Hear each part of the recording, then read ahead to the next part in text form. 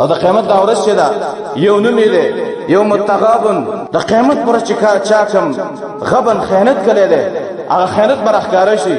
بل نوم یې دی یوم الفرار، د تېښتې ورځ ده. پلار به د بچي نه تښتي، بچی به د پلار نه تښتي، د مور نه به تښتي، د ورور نه به تښتي، د قام قبیل نه به تښتي چې دنیا کې مې له کوم حق پیمال کړی نه مې ورکړی چې هغه رانه اوس ونه غواړي. هر انسان به د بل نه تښتي. او بل نوم یې دی یوم الصاخه، د چغو ورځ ده. دا انسانان به د قیامت پر سمې چغې ووایي. او بل نوم یې دی یوم الطامه الکبرى، داسې ورځ ده چې د انسان د ملا د هډوکې ماتوي، په انسان باندې ملا ماتوي. دا د قیامت ورځ داسې سخته ورځ ده. بل نوم یې دی یوم القیامه، د ودرېدلو ورځ ده. دا هر انسان به د قیامت پر ورځ ودرېږي رب العالمین ته. بل نوم یې دی یوم الحسره، د افسوسونو ورځ ده د قیامت ورځ. هر انسان به افسوس کوي چې کاش چې دنیا کې مې لږ عمل کړی وی، دلته به راته اوس لږ اسانتي وی، راحت به وی دلته را باندې، کاش چې په دنیا کې مې نیک عمل کړی وی. او یوم القارعه، ټنګونکې ورځ ده. قارعه القلوب علما وایي د انسان دا زړه ټنګوي. د قیامت په ورځ به د انسانانو د سترګو نه د جړاو د اوښکو په ځای باندې به د انسانانو د سترګو نه وینې رواني، اوښکې به ختمې شي، لیکن ارمانونه به کوي، بیا به پیدا نه ورکوي انسان ته. سورة الفجر کې الله وایي د قیامت په ورځ به انسان وایي چې زه اوس پن اخلم، وان له الذکرى، اوس به پن دله څه پیدا ورکړي، اوس به ایمان دله څه پیدا ورکړي چې د دنیا نه مؤمن نه راغلی، د دنیا نه بد عمله راغلی. د قیامت پر ورځ به ایمان راوړل پیدا نه ورکوي انسان ته. او سورة حمیم سجده کې الله وایي چې بل نوم د قیامت د یوم الشهاده، د ګواهۍ ورځ ده.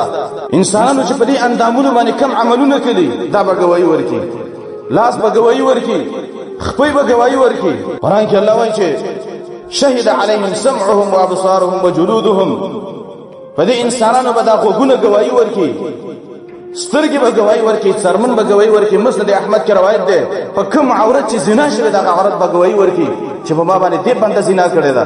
نو بیا الله وایي وقالوا لجلودهم لما شهدتم علینا، دا انسان به د خپلو څرمنو ته وایي، د خپلو اندامونو ته به وایي چې هلاک شئ ولې په ما باندې ګواهي ورکوئ. نو دوی به داسې وایي چې قالوا انطقنا الله الذي انطق كل شيء، موږ نه هغه ذات خبرې ویستلې چې د هر شي نه هغه خبرې ایستلې دي، موږ الله رب العالمین ګویا نه کړو، موږ په خپله خبرې نه کوو. په انسان به د خپل اندامونو ګواهي ورکړي. بل نوم دی د قیامت یوم الحر الشدید، د سختې ګرمۍ ورځ ده د قیامت ورځ. قیامت کې به ګرمي ډېرې. امام نووي په شرح المسلم کې لیکلي چې د قیامت پر ورځ دا ګرمي ولې ډېرې. و یو وجه دا ده چې دا لمر ډېر ګرم دی، او لمر به د قیامت پر ورځ باندې نهایتي نږدې راغلی دي، انسانان په دې سر به ولاړ دي. قیامت پر ورځ به ګرمي ځکه ډېرې ځکه لمر به نږدې راغلی. دویم ازدحام الناس، د قیامت پر ورځ به د خلکو دا ګڼئ، خلک به ډېرې ځکه د قیامت پر ورځ به ګرمي، ځکه د آدم علیه السلام نه واله تر د آخرني انسان پورې هر انسان به په دغه حشر کې ولاړ دي. طبعا کوم ځای کې چې انسانان ډېري هلته ګرمي هم ډېرې. او بل دا دی چې جهنم به راوړلی شي، او جهنم خپله ګرم دی، چې جهنم کوم ځای کې نو هلته به خپله ګرمي. او څلورم دا دی ګرمي به ځکه ځکه انسانان به هیبت کې، او طبعا چې کله انسان هیبت کې رعب کې دا انسان نه خوله ځي او ګرمي جوړېږي. نو د قیامت پر ورځ به ګرمي. نو دغه ورځ باندې چې ګرمي نو سوري ته به ډېر حاجت وي چې لږ سوری پیدا شي انسان یې ته ودرېږي.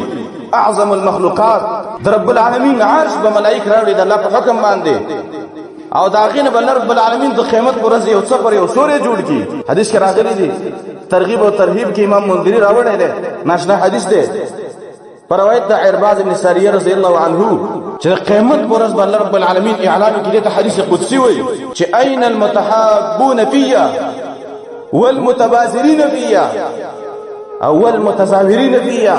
د قیامت پر ورځ به الله رب العالمین اعلان وکړي چې هغه خلک څه شو چې زما لپاره د یو بل سره مینه وه، زما د دین د وجې نه د یو بل سره مینه وه. هغه خلک څه شو چې زما د وجې نه په یو بل باندې خرچې کولې، روپۍ لګولې.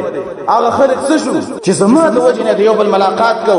اضل فی عرش یوم لا ظل الا ظله. نن ورځ به زه د دې عرش د لاندې د یو نه سوری ورکمه. داسې ورځ ده چې سوری به نه وي مګر سوری د رب العالمین به وي. نو د الله لپاره مینه کول دې خلکو له خوشحالیانې دي چې څوک د الله لپاره یو سړی دیندار دی بل ورسره مینه کوي چې لکه دا سړی زما د رب دوست دی زم د دې سړي سره دوستي کوم. دا مینه چې د چا وي نو دې لپاره خوشحالیانې دي. د قیامت په ورځ به الله د عرش د سوري د لاندې ځای ورکړي.